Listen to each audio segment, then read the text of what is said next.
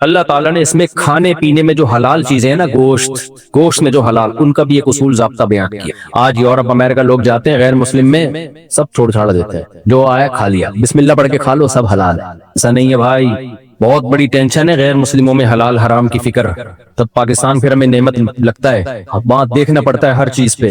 تو اللہ نے فرمایا حرمت علیکم المیتہ، ہر طرح کا مردار، الف لام کا ترجمہ بنے گا ہر طرح کا مردار تم پر حرام۔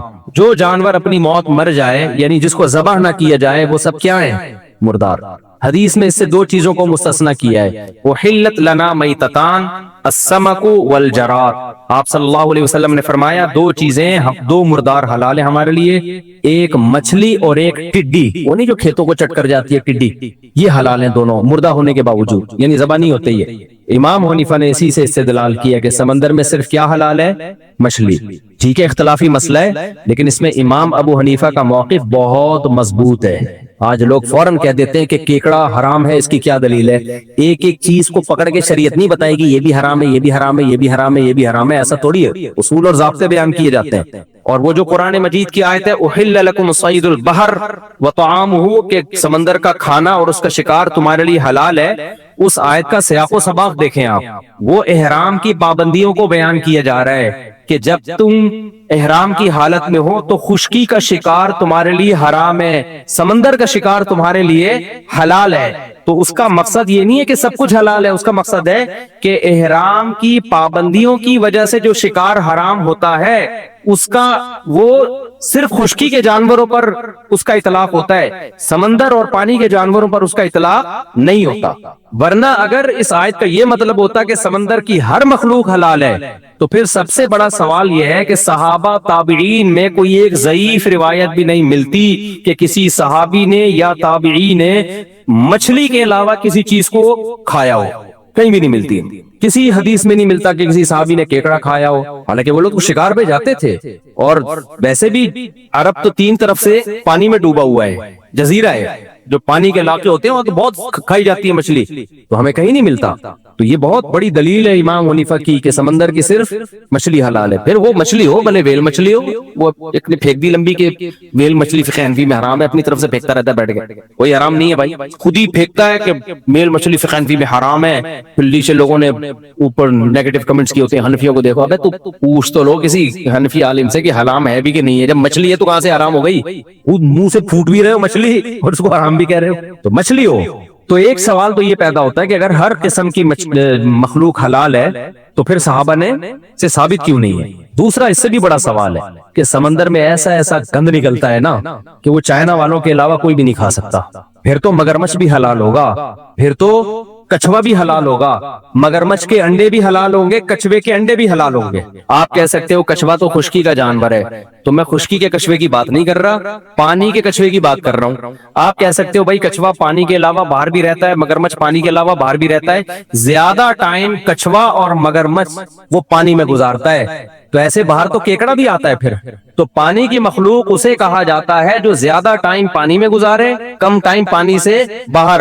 میں ابھی افریقہ تیسرا یا چوتھا چکر تھا، جنگلوں میں ہی رہا ہوں میں مگرمچھوں کو صبح سے لے کے شام تک ترستا تھا کہ تھوڑا سا باہر نکلا تاکہ ہم بھی تیری زیارت کر لیں۔ بہت تھوڑے ٹائم کے لیے باہر آتے ہیں، زیادہ ٹائم یہ کس میں گزارتے ہیں؟ پانی میں گزارتے ہیں۔ تو اس لیے صرف یہ کیکڑے کا مسئلہ نہیں ہے، اور ہم اس اختلافی مسئلے میں شدت نہیں کرتے، لیکن ہم اس لیے یہ اتنی مضبوطی سے بیان کر رہے ہیں کہ یہ ہمیں بے وقوف سمجھتے ہیں۔ پہلے زمانے میں جب اختلافی مسئلہ بیان ہوتا تھا تو کیسے ہوتا تھا؟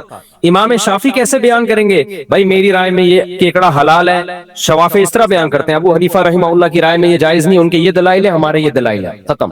آج کیا کرتے ہیں یہ لوگ جو نئے نئے اسکالر آ رہے ہیں، مناظرے کے چیلنج، طنز، بدتمیزی، یہ اندھے مقلد ہیں، ان کے پاس دلائل نہیں ہے۔ ابھی وہ ایک قاری خلیل صاحب ہے نا، ان کا کلپ آیا کہ اتنا سخت لب و لہجہ اختیار کیا نا انہوں نے خواتین اور مردوں کی نماز میں فرق کے بارے میں۔ انہوں نے کہا میں قسم اٹھا کے کہتا ہوں حنفی لوگ جو عورتوں کو کہتے ہیں سمٹ کے نماز پڑھے، یہ اندھی تقلید میں کہتے ہیں۔ چلو ہم اندھی تقلید میں کر رہے ہیں، ابو حنیفہ کیوں قائل ہے عورتیں سمٹ کے نماز پڑھیں؟ وہ بھی اندھی تقلید میں۔ امام شافعی کیوں قائل ہے کہ عورتیں سمٹ کے نماز پڑھیں؟ وہ کس کی اندھی تقلید کر رہے ہیں؟